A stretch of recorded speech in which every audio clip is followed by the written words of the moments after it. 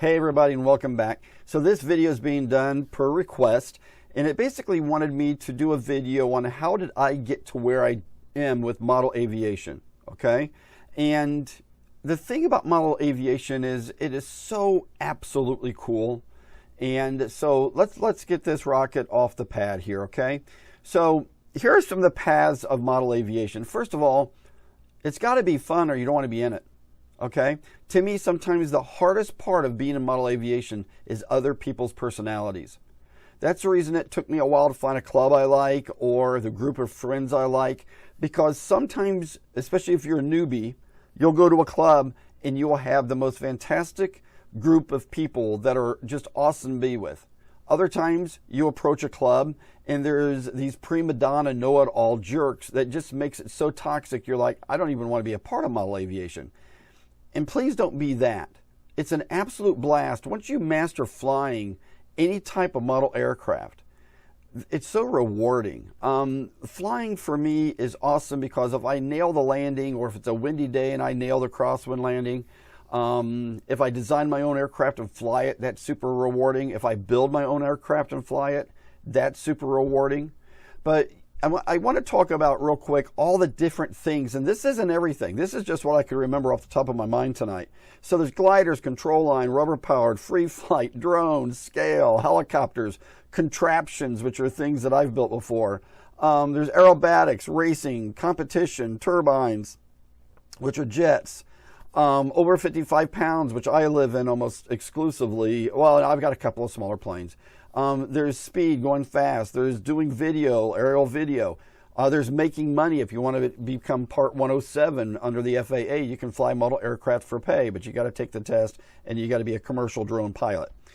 But what's kind of cool is people have said to me, you've done it all. Well, no, I've only done what's in red here, okay? I've never really done much of the free flight stuff. I've never done racing. I don't enjoy competing. Never done turbine, never done speed, and I'm not Part 107.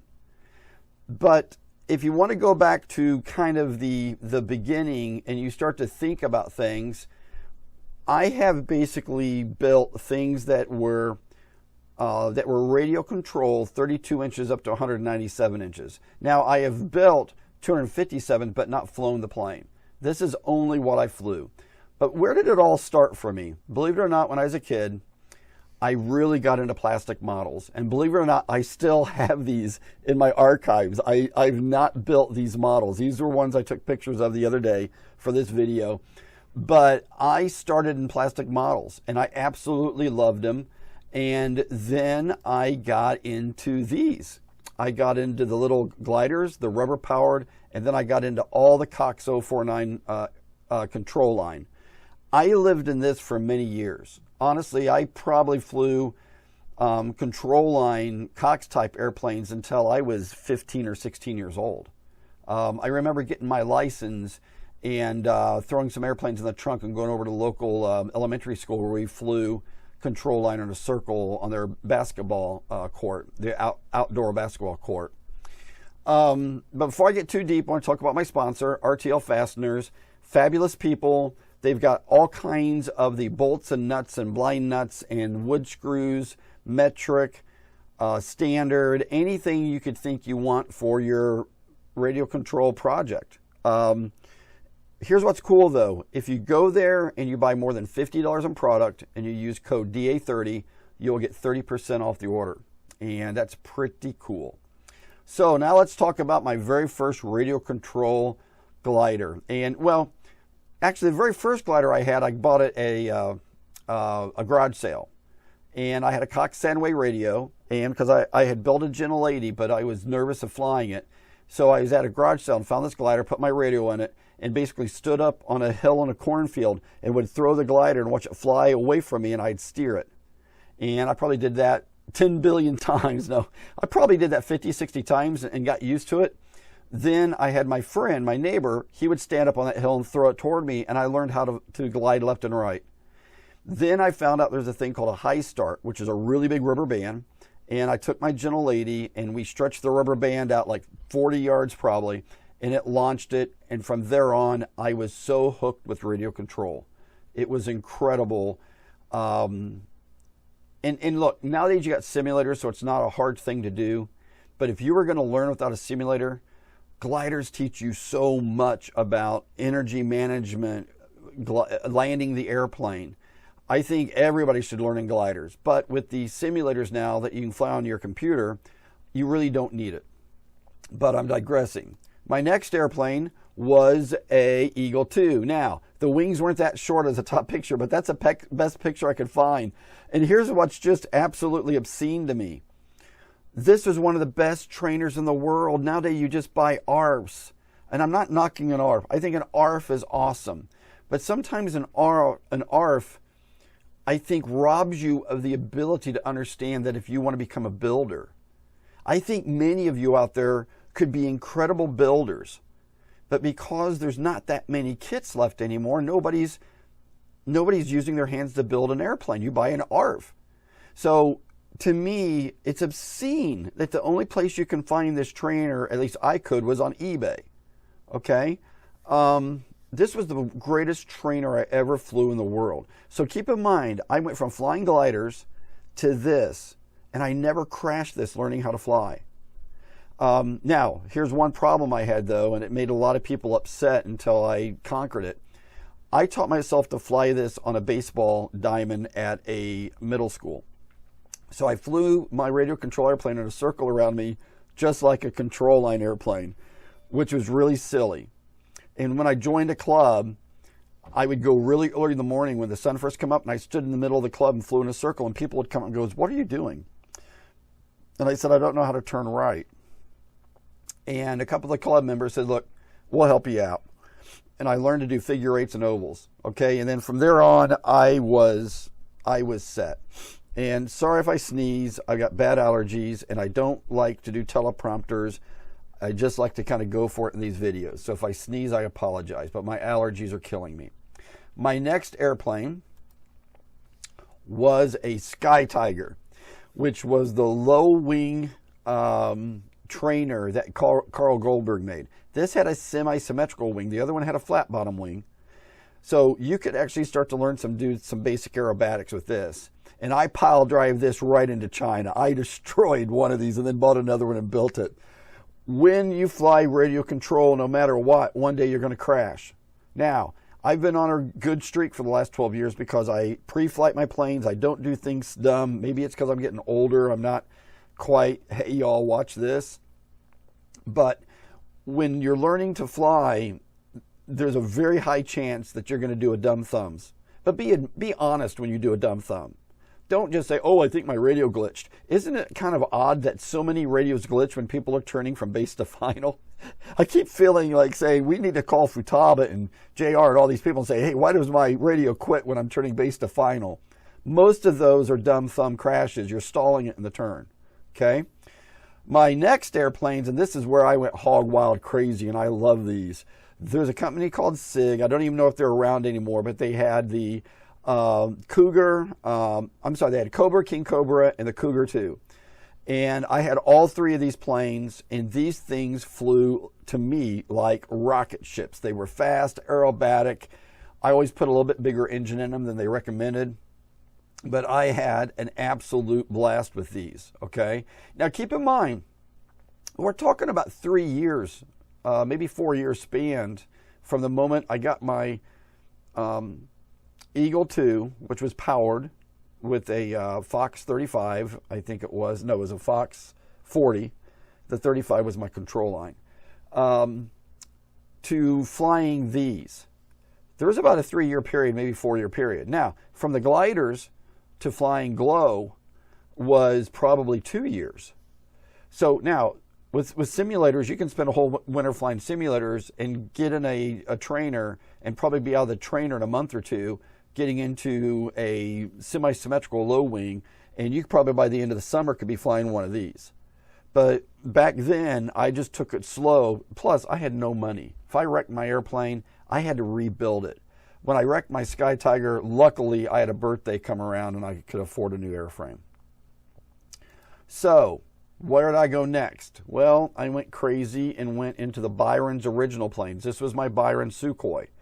And to me, it was one of the best airplanes I ever flew. Crazy thing was, sold it to a friend. He crashed it on the first flight. I used to go knife edge down the runway with this, but it took a lot of cross controls. He was a really good pilot, so he took off, rolled it knife edge. It got away from him, and he crashed it. He didn't even fly it 30 seconds before he wrecked it. So that kind of sucked. But I had about 400 flights on this. I had a Husqvarna, like a 2.3 or 2.1 or something like that.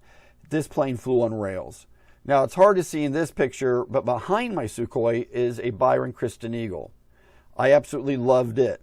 I had most of the Byron airplanes. Then I got into ducted fans. This was my Byron F-16 that I decided to make up a paint job on because that's the only paint I had left. So now we're talking, I have flown aerobatic, I've flown ducted fans, and I got bored. And I was just like, you know, I'd kind of flown it all. I didn't want to get into like scale, and I didn't want to get into competitions yet. So I decided to take a trainer, and yes, that's me with some hair, and I butchered the trainer and made a twin out of it, and it flew like crap. This was so underpowered that every time I flew it, everybody knew it was going to crash. But to be a little bit egotistical, I was a pretty good pilot. So what did I do? I put an engine on the vertical tail and lengthened the nose and made it look like a trilander. If you don't know what a trilander is, look it up on the internet. But that became a trilander, and I flew it I flew it for 2 years, and then I crashed it trying to fly knife edge with it because I got bored with it. So what happens when I got bored? Then I decided to build my first true scratch build airplane. And this is a Gentle Lady, that very early glider I showed you. This is the wing because I'd crashed the Gentle Lady, but I had the wing in my closet. So I took the wing and cut all the dihedral out of it, made it a flat wing, built the fuselage out of some balsa wood. It had 4 09 engines in it, and I bought them all in a box at a swap meet. And I flew this and had a blast. But I did something that would end up being the death to this model. And it made so much sense what I had done wrong in retrospect. So the C-130, I put 1 6-ounce, each of those engines only needed like 2 ounces of fuel. Okay, or something like that, 3 ounces. So I put either a 6 or 8, maybe as a 10-ounce fuel tank in the middle of the fuselage and ran the fuel lines out there. Glow engines have exhaust pressure that pressurizes the fuel tank. Okay? And what I did was I hooked that all up. But what I never thought is if one engine died and lost exhaust pressure, that would let the pressure come out of the fuel tank back through that line, and all 3 other engines would lose pressure. So on the glorious day of its death, and we did a 21-gun salute for it, I took off, and I was flying in the downwind, and I heard that noise like it shifted gears, which means I lost an engine. And I yelled, I lost an engine, I'm coming back. And then I heard it go down another like octave or whatever. So I'd lost both engines on the left wing. I had all the rudder cranked in. I was trying to turn toward the field, and I stalled it and spun it in and broke it into about 15 billion pieces. And that was the death of my C-130. But I learned from that fuel system just made no sense in retrospect. But this was my first scratch build. My next scratch build was this contraption. So, and actually there's a backstory to this that's really, really sad. So this is my A10. Those are 7-Up bottles as the nacelles. Those are 2, I think they were 15.15 engines. I flew this thing all the time, and everybody just laughed, but it looked so cool in the air, and I absolutely love this airplane. Here's what's really sad about it. I sold it to a fella, and he sanded some pretty cool fairings on it and everything. He kind of detailed it out. Then he took it to a club meeting that first Monday of the month and told everybody he built it. Well, my friends were there. They're calling me up saying, Damon, this John guy's saying he built this airplane from scratch and it's your airplane. And I said, well, karma's going to bite him in the rear. Who cares? But that airplane was my second scratch build, and I was super freaking proud of that. I mean, that's where model airplanes became heroin to me. Not that I've ever done heroin, but it becomes so addictive to me that I just wanted to keep building bigger and better. So about, I don't know, a year after this, my life went to where fun likes to die because I went through a divorce, and I spent about 6 years away from the hobby because I had to basically rebuild my entire life after that divorce. Everything went away, even the dog. So I then got back into the hobby and said, I need to start small. I need to get myself back, and I haven't flown for 6 years. So, of course, I start with a half-scale Pitts. And that's my daughter, Emma, who, by the way, is 20 now. It shows you how long ago this was. So I jumped into a half-scale Pitts, had a 3W150 on it. Funny thing about the test flight day, I still had I had a Goldberg Chickmunk that had been crashed. I still had a KMB 65, so I put the 65 in it. I flew it once around the field and did a figure 8 and said, yep, I still know how to fly RC. So I fired this bad boy up, took it into the air, and absolutely had a blast with it. And I flew this for 2 years. I don't remember how many hundred flights I had on this, but this was a kit that I got from G&L Hobbies. So I did not scratch build this. But I knew I needed to start with a scratch build, and I wanted to start with something, I wanted to get back into it small. So I started with a 197-inch airplane and put that same 3W150 in this, and it shook it so bad that it had to go into storage. So I said, okay, I got to calm myself down. So I decided to build a 257-inch B-36. Yes, model aviation is like heroin, okay? But it can't kill you. Well, it might kill you. But I got so addicted with designing and building my own airframes, everybody. And look, there's nothing special about me.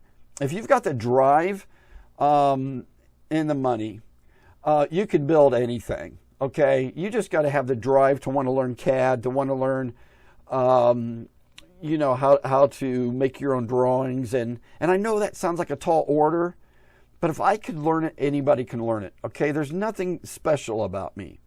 So then I got into electrics, and this got sold, and everybody still hates me for selling it instead of flying it. But I then went back to my 197-inch scratch build and put a 150 kV electric motor in it, and been flying the MSL2 for over 1,300 flights. Then put it into storage because I needed the motor to put into, actually I was still flying this airplane when I came up with this harebrained idea to build the 181-inch C-130. This plane basically got finished, and then somebody offered me enough money to fund my hobby for another 5 years. And I sold it. I still have a whole group of haters that hate me for selling this. But hey, it's my money, it's my life. So I know you all sat along during the build. Some of you felt like I did you wrong because I never flew it.